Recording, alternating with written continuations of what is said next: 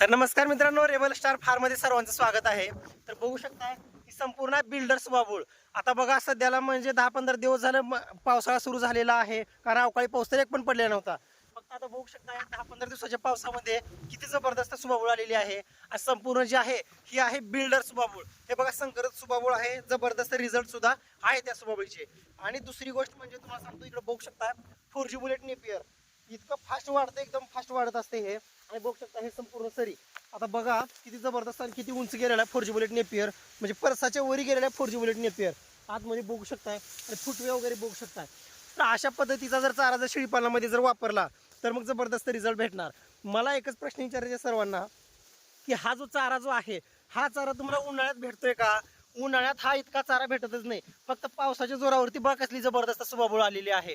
हे पाणी दिल्याच्या नंतर सुद्धा भेटत नाही अशी सुबाबूळ तुम्हाला आता पावसाळ्यामध्ये भेटते. आणि सर्वात महत्त्वाचं तुम्हाला सांगतो, आता बघा हे संपूर्ण जे आतमध्ये जे गवत जे आलेलं आहे ना, हे काटेकरी वगैरे बघू शकताय. आताच मी एक टोपलं भरून भारा काढलेला आहे ह्या गवताचा. हे गवत तुम्हाला म्हणजे उन्हाळ्यामध्ये हिवाळ्यामध्ये भेटतंय का? तर भेटत नाही मित्रांनो.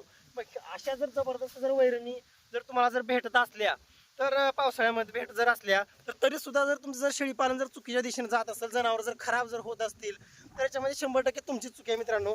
पहिली चूक म्हणजे तुम्हाला सांगतो मित्रांनो, हा जो चारा आहे समजा पाऊस पडला म्हणजे या चाऱ्यावरती थोडंसं पाणी वगैरे थांबलं, दैवार थांबलं की काय तुम्ही काय करता, डायरेक्ट तोडता आणि ते शेळ्यांना खाऊ घालता. एक तर कसं आहे वरून पाऊस, त्या चाऱ्यामध्ये पाण्याचं प्रमाण जास्त, ते शेळीच्या पोटामध्ये गेलं की होणार का त्यांना मग जुलाब वगैरे होणार, 100% होणारच आहे त्या अडचणी. त्याच्यामुळे कसं आहे, एक समजा पाऊस म्हणजे चारा समजा भिजलेला आहे त्यावेळेस तुम्ही सकाळचा चारा जर संध्याकाळी जर वापरला, संध्याकाळी तोडलेला चारा सकाळी, म्हणजे करायचं काय, एक 10-12 8-10 तासाचा गॅप द्यायचा मध्ये आणि तो चारा सुकलेला असायला पाहिजे. थोडंसं पाणी वगैरे वसरलं, चारा सुकला की मग शेळीपालनामध्ये तो चारा शेळ्यांना टाकून द्यायचा. दुसरी गोष्ट मला सांगतो, सर्वात महत्त्वाचं म्हणजे काय, मी काय नियोजन करतो, हिमालयाचं 32 पावडर प्रत्येक 2-3 दिवसातून एक वेळेस चाऱ्यावरती हिमालयाचं 32 पावडर मारत असतो. त्याच्यानं होतं का, शेळ्यांना जुलाब लागत नाही. आणि दुसरी गोष्ट कसं आहे, आता गेली 1.5 महिने झाला आपल्या शेळ्या फक्त 4G बुलेट नेपियरवरती आहेत. 1.5 महिने झालं. त्याच्या अगोदर तर कडब्यावरच होत्या शेळ्या आपल्या. आता बघा तरी सुद्धा आपल्या शेळ्या म्हणजे काही जुलाब वगैरे नाही, काय नाही का, कारण हिमालयाचं 32 पावडर त्यांना रेग्युलर आहे मित्रांनो. पहिली गोष्ट मला मी सांगतो, कारण कसं आहे विषय नियोजनाचा आहे. आता मान्य आहे की पावसाळ्यामध्ये भरपूर म्हणजे चारा वगैरे आहे, नवीन पाली फुटलेली असते, सगळीकडे हिरवगार होते, मान्य आहे. म्हणजे उन्हाळ्यापेक्षा पावसाळ्यामध्ये भरपूर चारा होतो, हे पण मान्य आहे मी सांगितल्याप्रमाणे. पण अडचणी पण येतात बरं का. आता बघा शेळ्यांना मावा वगैरे होणं, आता हिवाळ्याच्या वेळेस सुबाबूळवर भरपूर मावा पडत असतो, तर व्यवस्थित फवारणी वगैरे केली, चाऱ्याची निगा व्यवस्थित केली, त्याच्यावरती रोगर वगैरे जे काय औषध आहे ते फवारणी केली, नंतर थोडंसं 10-15 दिवसाचा गॅप देऊन शेळ्यांना टाकलं की काहीच अडचणी होत नाहीत. समजा मावा वगैरे आहे मेथी घासावरती सुबाबळीवरती, तसाच तो कापून टाकला शेळ्यांना, मग अडचणी होणारच आहे तुम्हाला.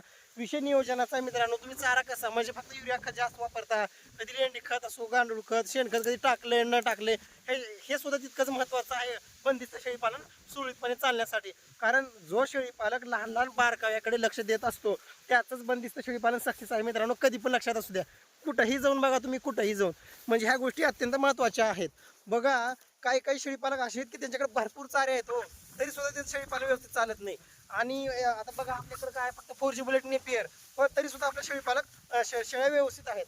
आता बघा इकडच्या ठिकाणी मक्का पेरली, मक्का लागवड केली आहे भरपूर, बघू शकता तुम्ही, हे बघू शकता संपूर्ण जे आहेत ह्या मक्का आहेत, व्यवस्थितरित्या आता मक्का वगैरे वापरलेले आहेत. ह्या ठिकाणी होता मेथी घास, पण उन्हाळ्यामध्ये पाणी कमी पडल्यामुळे सगळा मेथी घास आपल्याला मोडावा लागला होता. हा संपूर्ण पट्टा होता मेथी घासाचा. तुम्ही मागचे व्हिडिओ जे काही रेग्युलर आपले सबस्क्रायबर आहेत त्यांना नक्कीच माहिती आहे की अशा पद्धतीचं चारा नियोजन आहे. त्याच्यामुळे पावसाळ्यात अजिबात ताण घेऊ नका, फक्त लहान पिलांची व्यवस्थित काळजी घ्या. आणि हो, नेक्स्ट जो व्हिडिओ जो आहे तो व्हिडिओ खूप महत्त्वाचा येणार आहे, कारण अत्यंत महत्त्वाचा टॉपिक आहे तो. नक्कीच उद्या किंवा परवाच्या दिवशी तुम्हाला तो व्हिडिओ अपलोड होणार आहे मित्रांनो. इथं बघू शकता रेड नेपियर. खरं तर शेळीपालनामध्ये मी वापरतच नाही, कारण इतके भरपूर काटे आहेत. ह्याच्यामध्ये चांगला प्रोटीन लेवल वगैरे न्यूट्रिशन आहे चारा, तर काटे भरपूर देत चाऱ्याला. ही जी सरी आहे ही एक सरी बघू शकताय, हे एक सरी जी आहे ही smart napier, Indonesian smart napier, जे की आपण बाहुबली गवत जे म्हणत असतो. ह्या चाऱ्याची लागवड आपल्याला नंतर 10 गुंठे पलीकडल्या बाजूला करायची आहे. त्याच्यामुळे ही जी एक सरी आहे ही बेण्यासाठी म्हणजे बेणं ठेवण्यासाठी, कांड्या वगैरे लागवड करण्यासाठी आपण ठेवायची आहे ही सरी. तर ठीक आहे मित्रांनो, काही अडचणी असेल तर नक्की कमेंटमध्ये विचारत चला. आणि हो, जे नवीन जे शेळीपालन करणार आहेत ते नक्कीच आता ह्या दिवसामध्ये चाऱ्याची लागवड करून घ्या, कारण चारा एकदम जबरदस्त वाढला की डोक्याला ताण नाही. शेळ्या आल्या, चारा 2-3 प्रकारचा आहे, हिरवा चारा, नंतरच्या वेळेस तुमचं तुरीचं गुळी येणार, सोयाबीनचं गुळी येणार, शेळीपालन व्यवस्थितरित्या चालू करू शकता तुम्ही सुद्धा. तर ठीक आहे, थांबू इथंच. पुढच्या व्हिडिओमध्ये भेटू लवकरच. तोपर्यंत जय हिंद, जय भारत.